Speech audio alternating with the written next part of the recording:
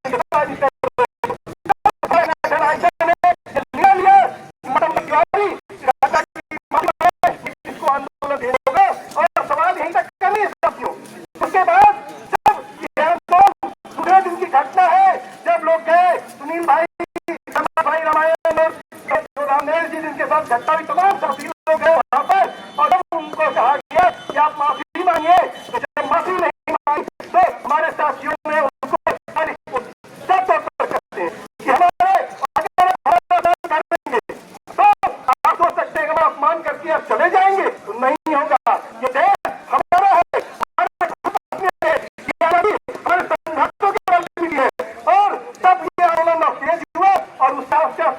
आगे की बात करता हूं। साथियों, जब मातंबर तिवारी को दलित पोती गई तो दूसरे दिन अखिल भारतीय विद्यार्थी परिषद के छात्रों ने उनको गंगा जल से नहवाया।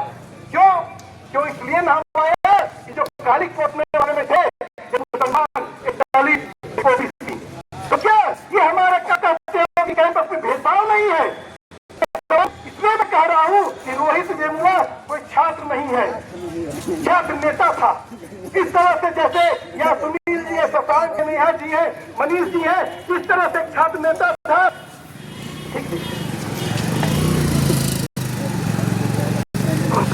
रोहित वेमुला एक छात्र नेता था और वो लीड करता था।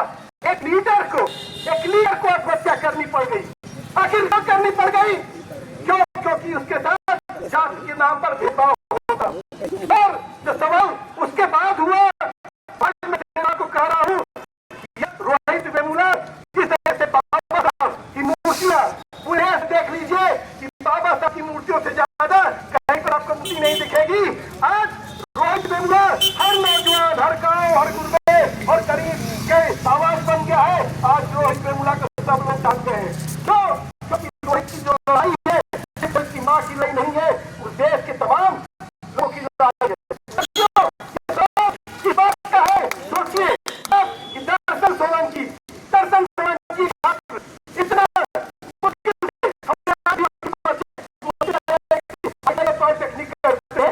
तरीके से उसके माँ बाप ने उसको आईआईटी तक पहुंचाया।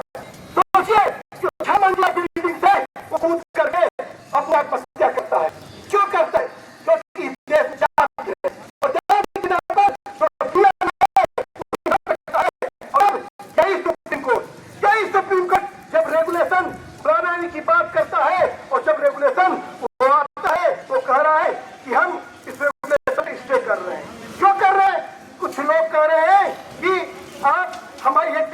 पॉइंट है। तो सवाल इस बात का है कि रोहित की माँ, पायल की माँ, दर्शन की माँ अपने बच्चों का विश्वविद्यालय में डेथ सर्टिफिकेट दे रही। उस समय कहाँ थे आप लोग? उस समय कहाँ थे आप लोग जब हमारे दलित, ओबीसी, आदिवासी समाज के लोग डेथ सर्टिफिकेट ले रहे थे? उस समय कहाँ थे आप लोग?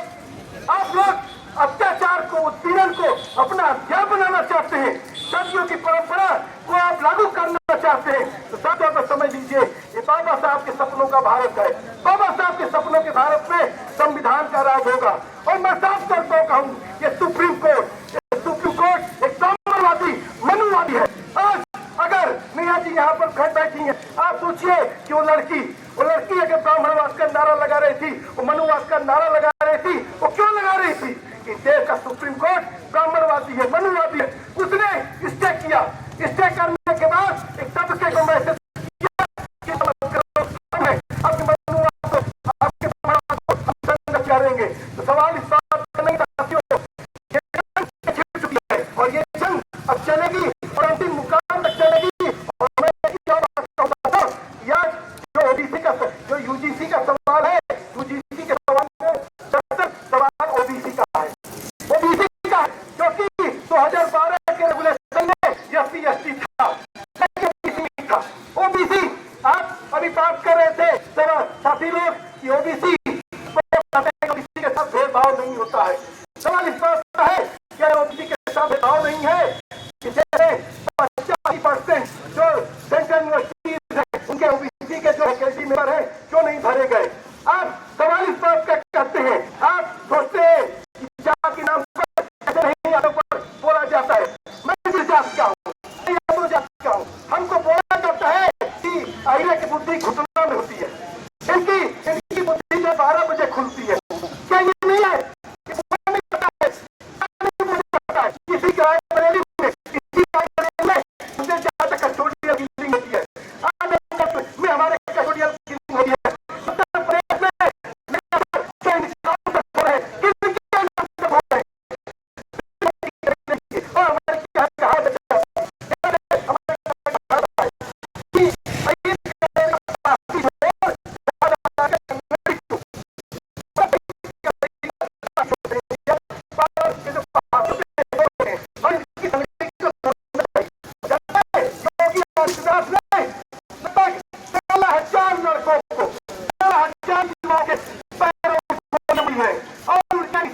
पैरों में पड़ता है।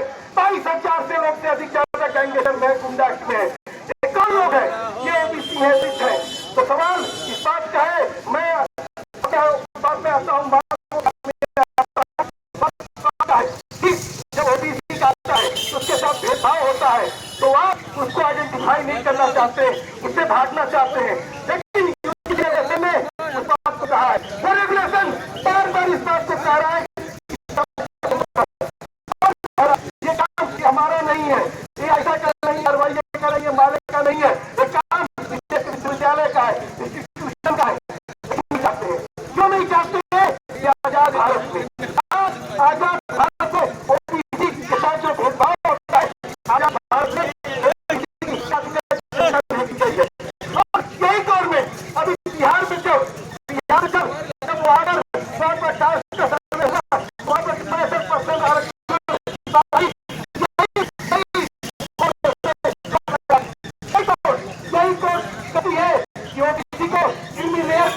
आरक्षण दिया जाए।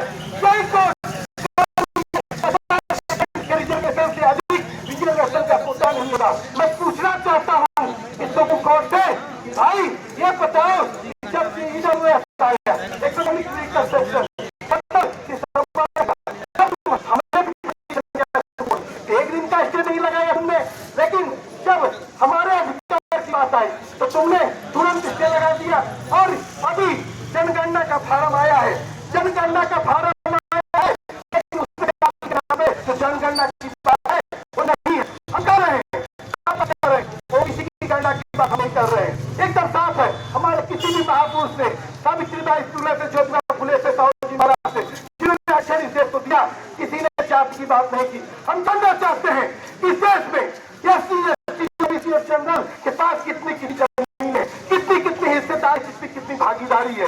और इस बात के के सवाल के कहते हैं। साथियों, ये सवाल एक लंबा सवाल है। हम चाहेंगे कि लड़ाई, सामाजिक न्याय की जो लड़ाई है, जिस तरह से चली है, आने वाले समय में सामाजिक न्याय की लड़ाई को और तेज करने की जरूरत है। और साफ तौर पर है जाति जनगणना की मांग को और भी हमको बढ़ाने की जरूरत है। और साथ में इस बात भी हम कहते हैं तो विश्वविद्यालय में जो एमएफएस है, लिटरल एंट्री है और तमाम इस तरह के जो सवाल हैं और निजीकरण क्षेत्रों में किस तरह से वहां पर भी हमारे हटाकूट पे डाका डाला जा रहा है, उन तमाम सवालों को लेकर हमको लेना पड़ेगा। बात रखनी है, लेकिन मैं एक चीज से काफी बात समाप्त करूंगा कि मनीष जी एक